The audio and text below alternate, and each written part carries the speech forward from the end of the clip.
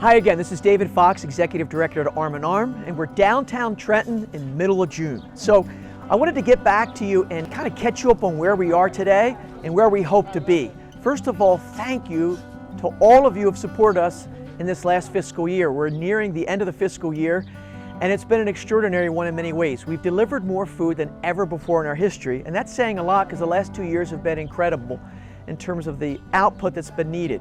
Part of that reason is driven by need. Right now, people are suffering as much as they ever have been in the last 3 years. And the reasons for that are pretty simple. The skyrocketing prices in food and energy and inflation have really hit people that are most suffering the hardest. Also, the rents that people are paying have gone up. And so what we're seeing downtown and at all of our pantries is that more and more people are coming for food. To put it in perspective, during the last 2 months, we've served over 9,500 families in all of our pantries and mobile deliveries. That is over 4,000 a month, which pre-pandemic was averaging under 2,000 a month. The other thing that's been happening is that we are no longer able to use plastic bags in just a short time, and so we're going to have to budget more to be able to deliver food in the new way for people in need. We don't just provide, remember, more food. We provide fresher food. I was just inside and we were talking. We were looking at some of the produce and some of the canned foods. And one of our volunteers was saying, I really love to see the fresh produce. It's so much better for you. And we were talking about the reality of having good food and also how expensive that is, especially in today's world. And hunger prevention, we've already put a deposit down on a refrigerated van. Thanks to your support this past year, we've raised the resources to be able to provide a new refrigerated van.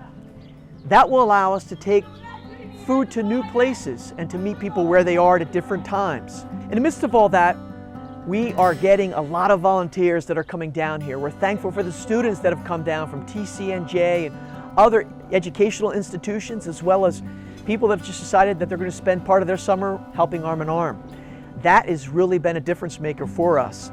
The other thing that's happened is that we are in the midst of looking ahead to the next fiscal year. And we've decided, instead of pulling back, that we're going to use our resources in a prudent way to be able to continue serving people at historic levels in food and housing and workforce experience. In housing, we're seeing that in this next year, we're going to see a lot of the CARES money that's been offered to people has now dried up.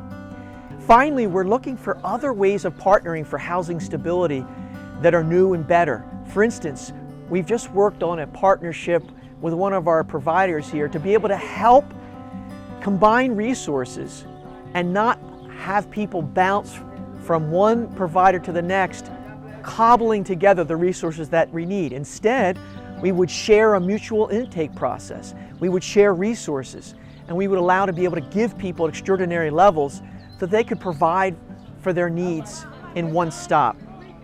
Finally, in License to Succeed, we're going to continue to help people who are looking for work. We know that in the midst of this difficult time, one of the best things we can do is not only help people with current crisis, but help people get out of crisis and help sustain their own families. And to do that, they need a job. There are jobs out here, but one of the biggest hindrances we've talked about before is having a valid driver's license.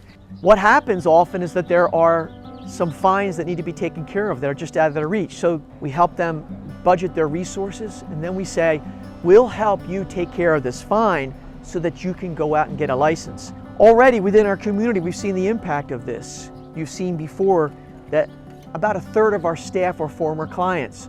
And one of our great success stories is a candidate in the License to Succeed program has now become one of our best staff workers. So we're going to continue budgeting at higher levels, and we're going to have to budget more to be able to do the same amount of work, but we're going to ask you to continue staying with us. And I think one creative way that you can help us, rather than going back to the well again and again and again, knowing that all of us are probably facing more challenging economic times as our economy is going through difficult times, I'm going to ask you to think creatively. Think about becoming an ambassador for Arm & Arm. Think about the impact that your resources can make if you just continue doing the same thing but go to 3 or 4 or 5 or 10 friends and say, can you help me in just a little bit help Arm in Arm? Looking at and interviewing some of the students that come to us and are our volunteers, I always see people smiling when they leave Arm in Arm. There's a really good sense down here. No matter how difficult things are out here, people are happy here in the midst of their struggles. Why? Because there's something special about being united in a common purpose to help others.